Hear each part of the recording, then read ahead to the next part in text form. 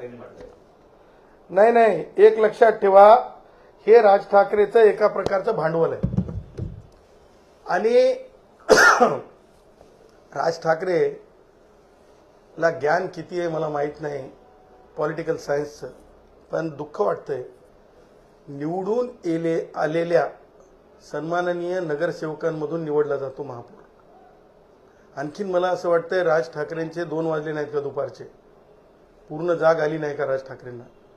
इथे सामान्यपणे नगर परिषदा नगरपंचायतांमधून जसं नगराध्यक्ष निवडतात तसं नाही राज ठाकरे.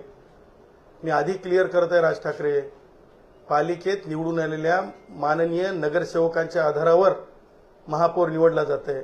हे राज ठाकरेला एवढं कळू नये, हे म्हणजे अत्यंत म्हणजे मला असं वाटतं की काय कामाचं असं राजकीय जीवन.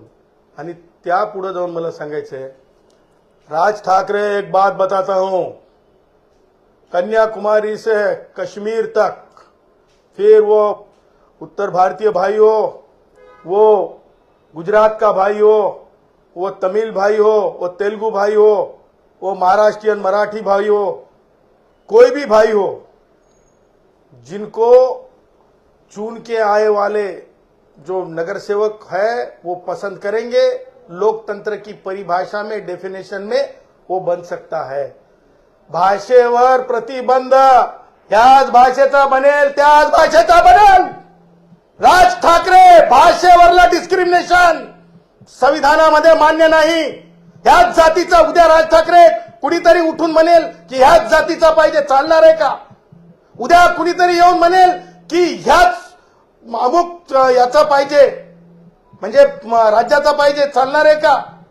त्याच्यामुळं मुद्दा असा आहे की जो इथला नागरिक आहे, ज्याच्याकडे नागरिकत्व आहे, जो निवडणूक लढण्याला पात्र आहे, निवडून आलेल्या माननीय नगरसेवकांमध्ये ज्याच्यामध्ये सर्वाधिक मुंबईच्या बाबतीमध्ये रिझर्वेशन असेल तर रिझर्वेशन नसेल तर म्हणजे खुल्या वर्गातले त्या पात्रतेनुसार सभागृह ठरवत असते.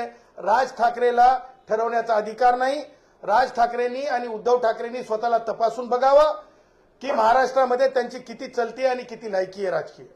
नगरपरिषद आणि नगरपंचायतीच्या निवडणुकांमध्ये आपण महायुतीला भरघोस यश मिळालेलं पाहायला मिळतंय. आता मुंबई महानगरपालिकेने किंवा इतर महानगरपालिकांमध्ये महायुतीची सामना असणार आहे दोन्ही ठाकरे बाजूंचा. बघा, आम्ही तुम्हाला सांगतो, आम्ही राष्ट्रीय स्वयंसेवक संघ भारतीय संविधानाला मानणारे आणि त्यामुळं अखंड भारताचा विचार असेल किंवा हिंदू राष्ट्राचा विचार असेल मानणारा पक्ष भारतीय जनता पक्ष आहे. आणि आजपासून नाही तर उद्धव ठाकरेला चले जाओ म्हणणाऱ्या चळवळीपासून कष्टकरी जनसंघाचं स्वतःचं अस्तित्व आहे. कष्टकरी जनसंघाची कष्टकऱ्यांमध्ये शक्ती आहे.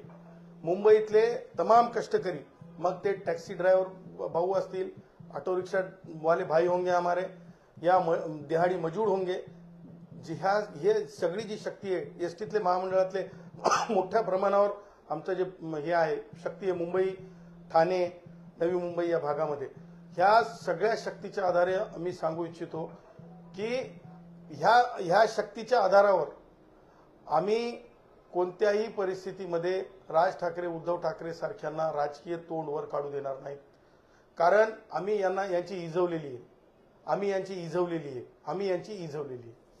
दोन्ही ठाकरे बंधूंच्या युतीची घोषणा झाली आहे, मात्र भाजप टीका करते की हे सत्तेसाठी आहेत, मुंबईसाठी नाही. मी तर त्या पुढे जाऊन म्हणेल राजकीय लाचारीसाठी आहेत. यांच्या घरासमोरचा कचरा सुद्धा तुम्हाला सांगतो हटवला जाईल की नाही. यांना कुणीतरी काहीतरी राजकीय आपल्याकडे असावं. आता काय आमदार खासदार तर यांच्या स्वप्नातल्याच गोष्टी आहेत. कुणी लोक यांच्यासोबत थांबायला तयार नाहीत. आणि त्या पुढे जाऊन आता जर मुंबईतल्या गल्लीच्या राजकारणातून जरी हे संपले तर हे गल्लीवाले शिल्लक राहणार नाहीत. म्हणून हे राजकीय लाचार आहेत असं माझं म्हणणं आहे.